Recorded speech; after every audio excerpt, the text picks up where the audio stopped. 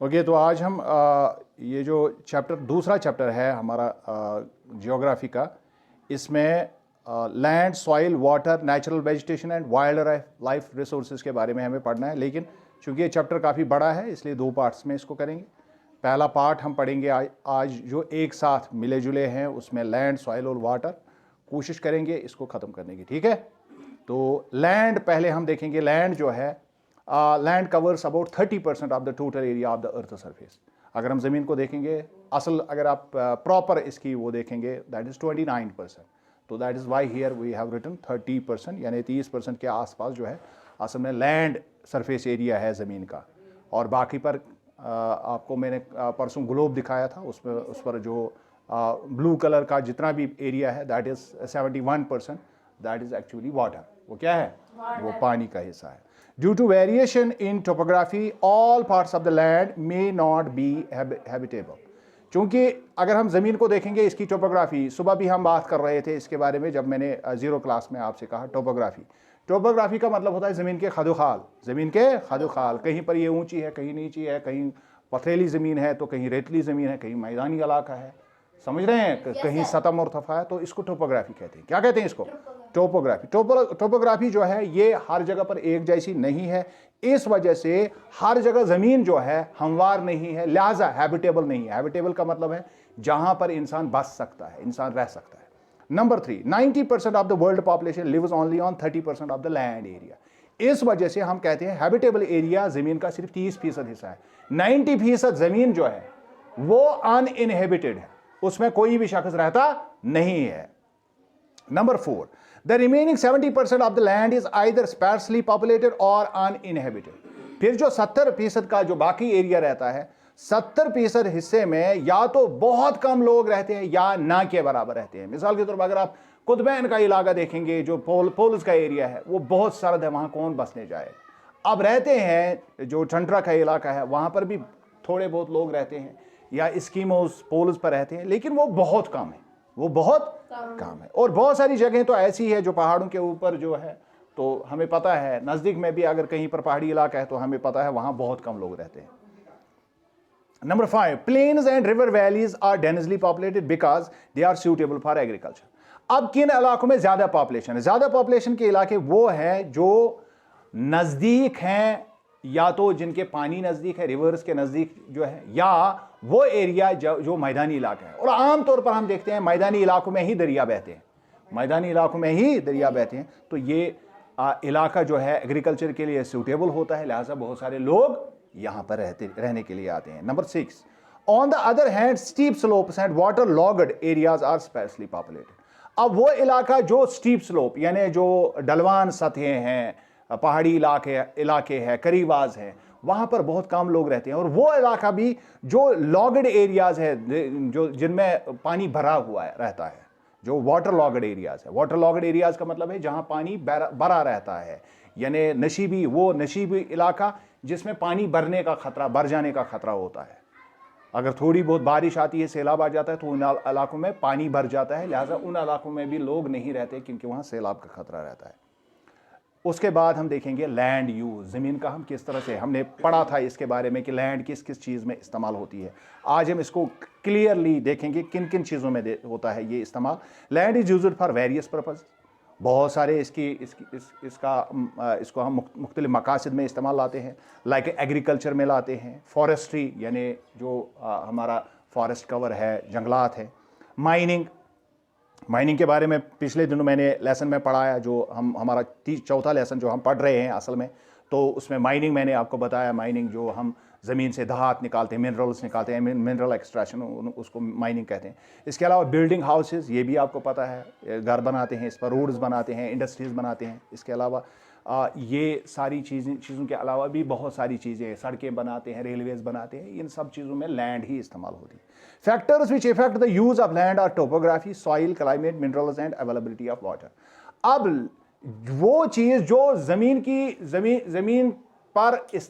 को इस्तेमाल करने पर जो चीज़ें इस पर असरअंदाज होती है, उनमें से सबसे इंपॉर्टेंट है इसकी टोपोग्राफी। मैंने ये बात फिर आ गई, टोपोग्राफी बहुत इंपॉर्टेंट है।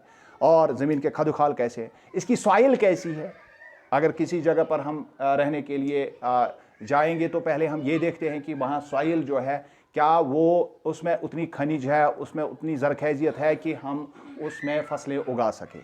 और इसके अलावा क्लाइमेट वहाँ का कैसा है, जैसे मैंने अभी कहा कि क्लाइमेट जो है पोल्स का वो बहुत सर्द होता है, लिहाजा वहाँ कोई नहीं रहता है। इसी तरह मिनरल हम देखते हैं क्या वहाँ अवेलेबल हैं जो हमें मिनरल्स चाहिए। और इसके अलावा सबसे इम्पॉर्टेंट चीज़ जो है दैट इज़ पानी, वाटर, अवेलेबिलिटी ऑफ वाटर। तो लिहाजा इस हिसाब से ही लोग रहने के लिए ज़मीन का जो है इस्तेमाल करते हैं। Human factors also determine the land use pattern.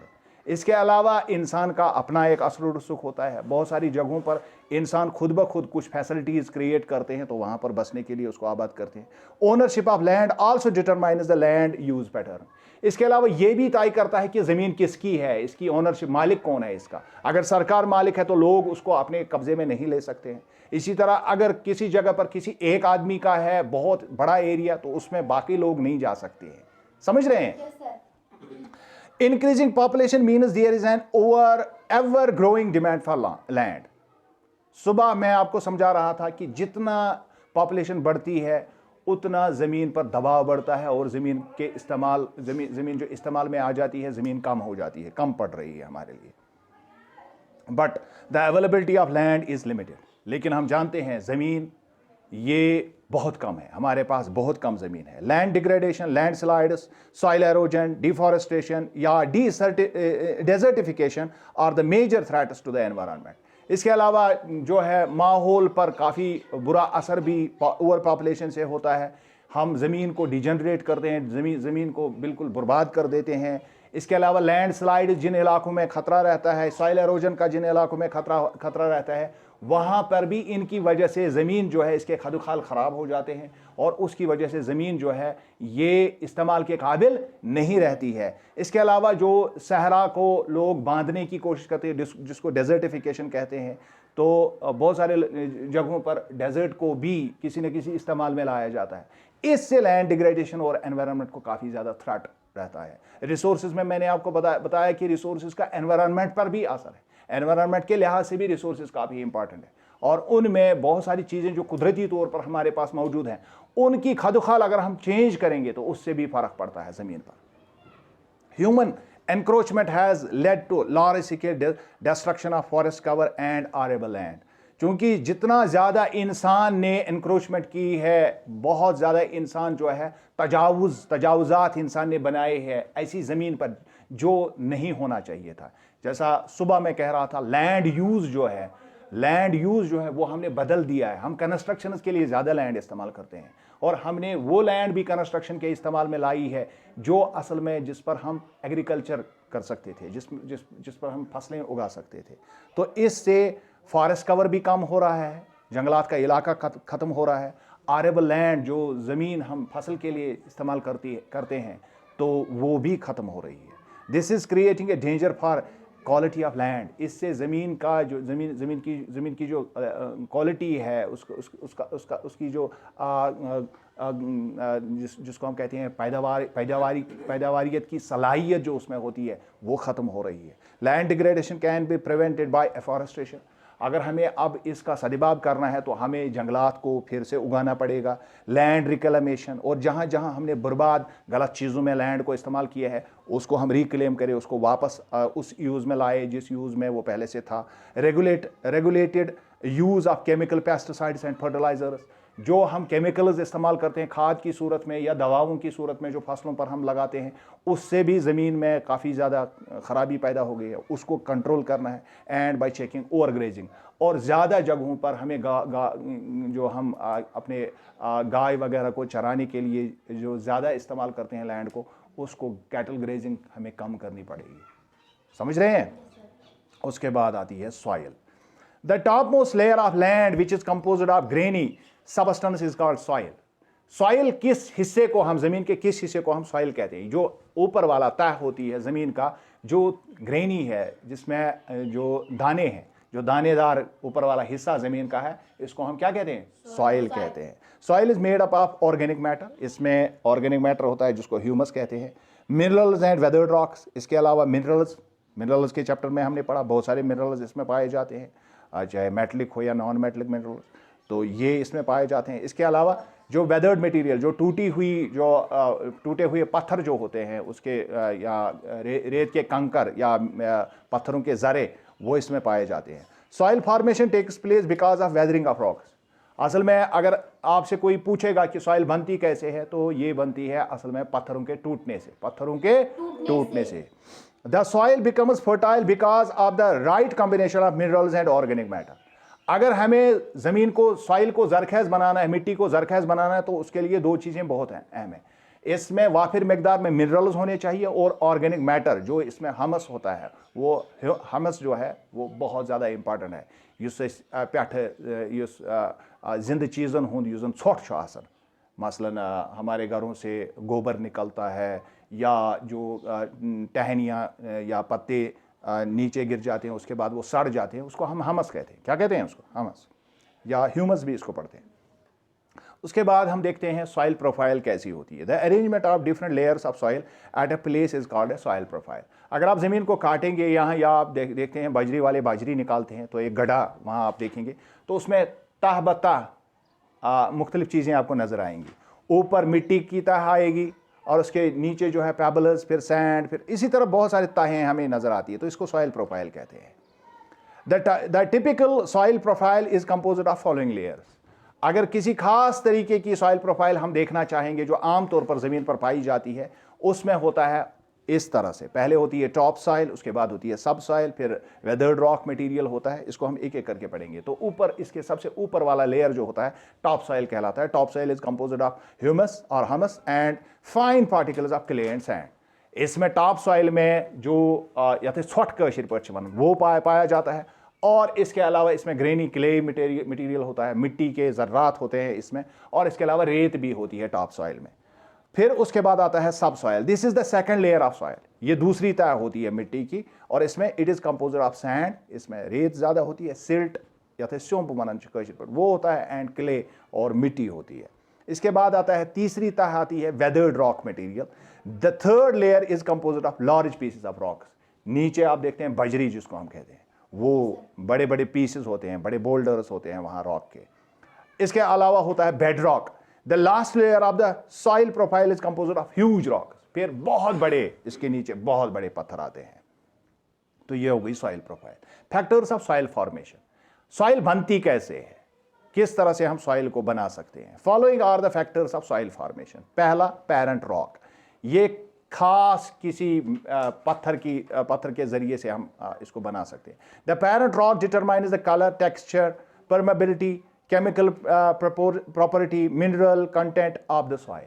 अगर आप देखेंगे कि जो रॉक का असल मटेरियल जो होता है, पेरेंट रॉक जो होती है, इससे हमें यह पता चलता है कि जो मिट्टी जो है इसका कलर कैसा है, इसका टेक्सचर यानी हाथ में लेके ये कैसी लगती है। ये सारे के सारे फैक्टर्स असल में इस बात पर डिपेंड करते हैं कि मिट्टी किस पत्थर से बनी हुई है। और पत्थरों के किस्म में आपने वो पढ़ा होगा, इग्नियस रॉक्स होते हैं, मेटामॉर्फिक रॉक्स होते हैं, और इसके अलावा भी अगर हम देखेंगे इन रॉक्स के जो बेसिक रॉक्स की किस्में हैं, उनके और अकसाम हैं, उनके ज़रिए से जो भी मिट्टी में जो टेक्सचर पाया जाता है, वो सारे के सारे ये डिफाइन करते हैं कि रॉक मटेरियल जो है ये डिटरमाइन करता है कि मिट्टी कैसी होगी। Climate, temperature and rainfall influences the rate of weathering. अगर किसी जगह पर क्लाइमेट बहुत ही ज़्यादा सख्त, शदीद है और हार्श क्लाइमेट है, तो वहाँ बहुत जल्दी पत्थर जो है टूट कर मिट्टी बन जाते हैं। रिलीफ, इसके अलावा रिलीफ यानी आल्टीट्यूड, यानी कि सतह समंदर से कितना बुलंद है, या इसके खदुखाल, ज़मीन के खदुखाल कैसे है, ये भी डिटरमाइन करता है कि वहाँ की मिट्टी कैसी होगी। Altitude and slope determines the accumulation of soil at a place. ये अगर बहुत पहाड़ी इलाका होगा तो वहाँ पर ज़्यादा मिट्टी नहीं ठहरती है। अगर कोई ढलवान इलाका है तो वहाँ पर भी मिट्टी नहीं ठहरती है। लेकिन अगर प्लेन एरिया है तो प्लेन एरिया में बहुत ज़्यादा मिट्टी जमा हो जाती है, क्योंकि जब वेदरिंग की प्रोसेस के बाद जब ज़मीन पर विंड चलती है या जब वाटर चलता है, तो उसके ज़रिए से जो वेदर्ड मटेरियल है, रॉक मटेरियल जो है, वो निचले इलाके में चला जाता है। इसके अलावा जो मिट्टी के इस बनाने के उस प्रोसेस में अहम किरदार जो अदा करता है, that is the flora and fauna and micro organism. Flora कहते हैं हम जो भी आम तौर पर जो दरख्त आसपास में पाए जाते हैं उस इलाके के। और फोना का मतलब होता है एनिमल्स, फोना का मतलब होता है एनिमल, और माइक्रो ऑर्गेनिज्म वो जो आपको आंख से दिखाई नहीं देते हैं। ये भी डिटरमाइन करते हैं, ये भी डिटरमाइन करते हैं कि कौन कौन से इलाके में, किस इलाके में किस तरह की मिट्टी पाई जाती है। These are the biotic factors. ऊपर वाले जो हमने पढ़े वो एबायोटिक फैक्टर्स है, लेकिन ये बायोटिक फैक्टर्स हैं, यानी जो लाइफ है वो किस तरह से इफेक्ट करती है, which effect the rate of humus formation, और इनके जरिए से ही ह्यूमस बनता है। इन्हीं फैक्टर्स के जरिए, फ्लोरा, फोना और माइक्रो ऑर्गेनिज्म के जरिए से ही क्या बनता है, ह्यूमस फॉर्मेशन होती है। इसके अलावा वक्त बहुत important, that is time. Time is one of the factors. Time determines the thickness of soil profile, और कितने वक्त की ये ज़मीन जो है कितनी मोटी ताह बनेगी, ये वक्त डिटरमाइन करता है। कौन डिटरमाइन करता है, वक्त डिटरमाइन। उसके अलावा हमारे पास एक मसला है, दैट्स कॉल्ड सॉइल एरोजन। जब सॉइल कहीं पर बनती है तो ये सॉइल जो है, मिट्टी का कटाव इसको उर्दू में हम कहते हैं, ये भी बड़ा ही मसला है। That is removal of top soil is called soil halogen. जो ऊपर वाली तह ज़मीन की है, इसी पर सबसे ज़्यादा सॉइल इसी पर मौजूद होती है। तो अगर इसमें कटाव हो जाए, ये मिट्टी बह जाए किसी तरह से, तो ये बहुत ही बड़ा मसला होता है, और इसको हम मिट्टी का कटाव, इसको सॉइल एरोजन कहते हैं। Deforestation, over grazing, over use of chemical fertilisers और pesticides, rain wash, landslides and floods are the factors which lead to the soil erosion. Soil erosion के जो फैक्टर्स हैं जिनकी वजह से सॉइल एरोजन होता है, सबसे पहले इसमें है डिफॉरेस्टेशन यानी जंगलात का कटाव। दूसरा ओवर ग्रेजिंग यानी ज्यादा जानवरों को चराना ज़मीन पर। Over use of chemical fertilisers, ज़्यादा केमिकल फर्टिलाइजर, अगर हम ज़्यादा खादें इस्तेमाल करें, केमिकल खादें। इसके अलावा पेस्टिसाइड्स का भी जो कीट निशान या ये जो कीटाणु मारने के लिए जो दवाएं इस्तेमाल करते हैं वो भी गलत है। इसके अलावा रेन वाश, जो रन ऑफ होता है ज़मीन के ऊपर, जो बारिश गिरती है, इससे भी ज़मीन का कटाव या मिट्टी का कटाव हो जाता है। लैंडस्लाइड से होता है, फ्लड से होता है। ये कुछ फैक्टर्स है जो मिट्टी के कटाव का सबब बनते हैं। अब हम मिट्टी का कटाव रोक कैसे सकते हैं, these methods of soil conservation. सबसे पहला हम कर सकते हैं मल्चिंग, या मल्किंग भी इसको पढ़ते हैं। In this method the bare ground is covered with organic matter like straw. कोई भी इलाका जिस पर किसी भी तरह की वेजिटेशन नहीं पाई जाती है तो उसको हम ढांक लेते हैं, उसके ऊपर हम घास फूस वगैरह रख देते हैं, ताकि अगर बारिश पड़ जाए तो वो सीधे ज़मीन को ना टकराए, सीधे सॉइल को ना टकराए। इसको मल्किंग कहते हैं। Covering the soil helps in retaining the moisture in the soil. और इससे क्या होता है कि ज़मीन के अंदर वो पानी जो है उसको वो सीप करती है, वो उसको चूस लेती है ज़मीन, और वो रन ऑफ नहीं करती है, जिसके ज़रिए से मिट्टी का कटाव नहीं हो जाता है। इसके अलावा होता है control barriers. Control barriers are made by placing stone, grass और सॉइल अलोंग द कंट्रोल। जो पहाड़ी इलाका होता है उसकी एक तरह की जो हाइट उसकी होती है, उस एक तरह की हाइट पर हम बहुत सारी चीज़ें जमा करते हैं। वहाँ बोल्डर्स को जमा करते हैं, या हम वहाँ पर जो है घास जमा करते हैं, ताकि जब पानी आ जाए तो वो सीधे तरीके से वो स्लोप से नीचे ना चला जाए, बल्कि वो रुक जाए वहाँ उससे। तो उसको हम कंट्रोल बैरियर कहते हैं। इसके अलावा trenches are made in front of the barriers to collect water. और वहाँ पर हम गड्ढे लगाते हैं, उन गड्ढों में वो पानी जमा हो जाता है, सीधे नीचे नहीं जाता है। अगर वो सीधे नीचे चला जाएगा तो अपने साथ सारी की सारी मिट्टी बहा के ले जाएगा। So control barriers help in preventing soil degradation which में happen due to rain water. इससे ज़मीन का, इस मिट्टी का कटाव ही नहीं होता, बल्कि ज़मीन जो है उसकी जरखेजियत भी तबाह हो जाती है। तो इस कंट्रोल बैरियर से वो हम बचा सकते हैं। फिर होते हैं रॉक डैम, यानी हम छोटे मोटे डैम्स जो है पहाड़ों पर बनाते हैं। Rocks are piled up to make a dam. हम रॉक्स को जमा करते हैं तो छोटे छोटे गड्ढे उससे बनाते हैं पहाड़ों पर, तो उसमें जब तुगयानी आती है, बारिश आती है, तो उसमें वो पानी जमा हो जाता है। Such dams slow down the flow of water. इसकी वजह से जो है जल्दी से पानी का बहाव नीचे की तरफ नहीं आ जाता है, इसको स्लो करता है। Thus it prevents gullies and soil loss. इससे गलियां नहीं बनती है, वो छोटे छोटे नाले बनते हैं, फिर पहाड़ों पर वो नाले बनना बंद हो जाते हैं। और इसके अलावा जो ज़मीन, जो पहाड़ों पर जो मिट्टी होती है, वो मिट्टी ख़राब नहीं हो जाती, वो बह नहीं जाती है। इसके अलावा ट्रेस फार्मिंग ऐसी सीढ़ियों की तरह हम बनाते हैं, और वो फार्म्स हम बनाते हैं ऐसी सीढ़ियों की तरह, उसको टेरेस फार्मिंग कहते हैं।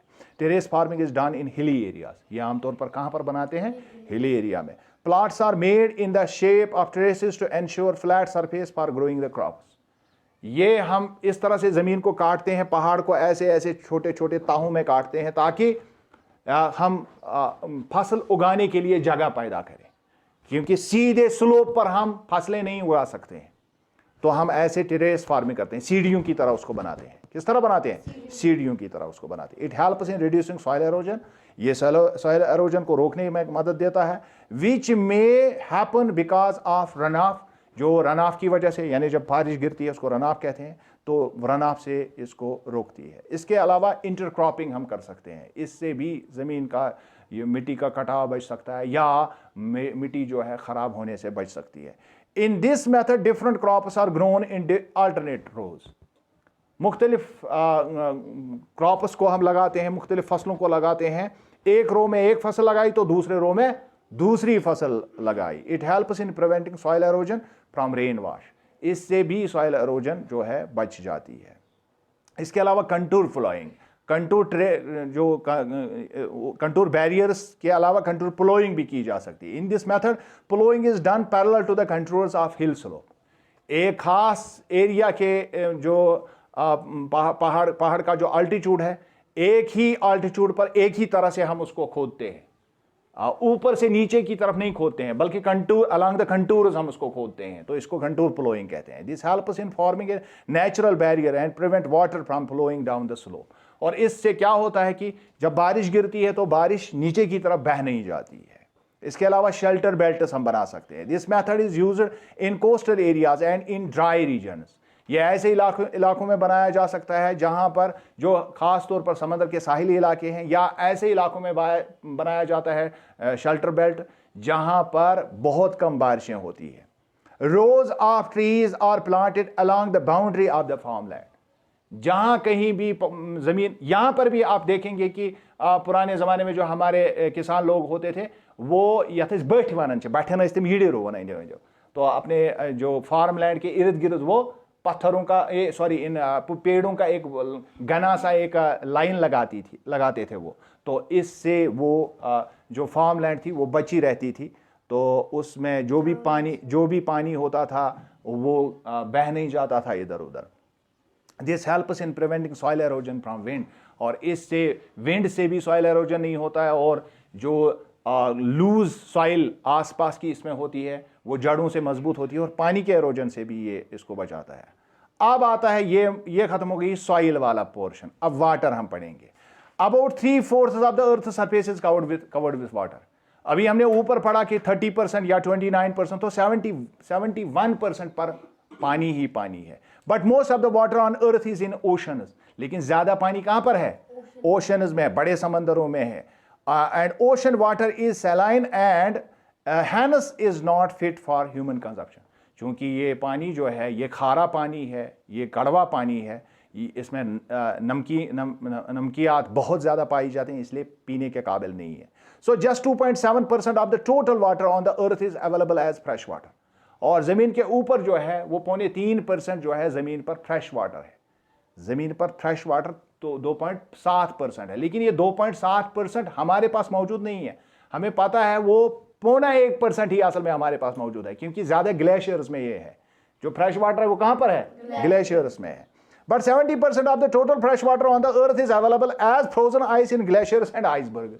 लेकिन इसमें से भी 70% जो है वो ग्लेशियर्स और आइसबर्ग्स में पाया जाता है। दिस लीव्स लेस देन 1%, जो हमने पिछले दिन पढ़ाया था मैंने आपको, ये लेस देन 1% है। इट इज अराउंड 79.79% या इसके आसपास कुछ है of the total water on the earth for human consumption. लिहाजा ये 1% से हमें काम चलाना पड़ता है। This is available as ground water, as surface water and as water vapour. अब ये 1% क्या है? या तो ये अवेलेबल हमारे पास ग्राउंड वाटर की सूरत में है, या सरफेस वाटर जो नालों में चलता है, या स्प्रिंग्स में है, या फ्रेश वाटर लेक्स में है, या वाटर वेपर की सूरत में हमारे पास ये मौजूद है। Hence fresh water is a precious resource for us. लिहाजा अगर हम पानी को देखेंगे, इतना सारा पानी जमीन पर होने के बावजूद भी फ्रेश वाटर हमारे लिए बहुत ही अहम रिसोर्स है, और इसकी कदर करनी चाहिए। ये बहुत कम है। The total volume of water on the earth remains constant.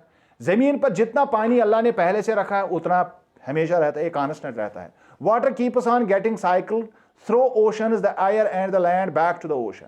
और इसका एक वाटर साइकिल होता है, हम जानते हैं कि ये ओशंस में होता है, फिर एयर में चला जाता है, फिर लैंड पर आ जाता है रेन के जरिए से, तो ये वाटर साइकिल चलता ही रहता है।